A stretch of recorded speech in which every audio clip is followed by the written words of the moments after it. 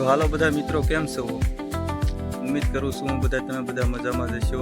તો મારી ચેનલનું નામ છે રવિ બ્લોગર સાવરકુંડલા.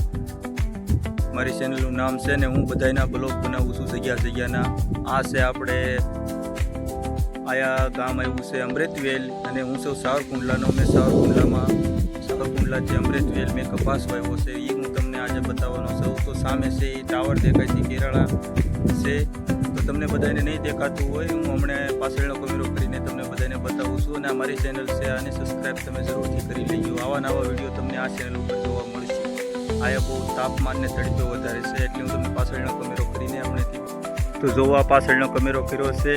આ છે આપણે કેરાળાની સડક છે, અને સામે છે એ અમૃતવેલ ગામ છે. અને આપણે આમ જઈએ એટલે કેરાળા આવે છે.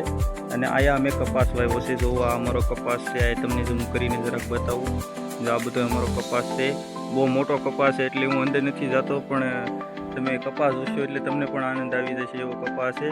અને આવી જ બધી ખેતી આયા કરે છે બધા લોકો. જો આ પૂરું છે, આ સડક છે, અને સામે રહ્યું ને એ કેરાળા છે. તમને બતાવી દઉં.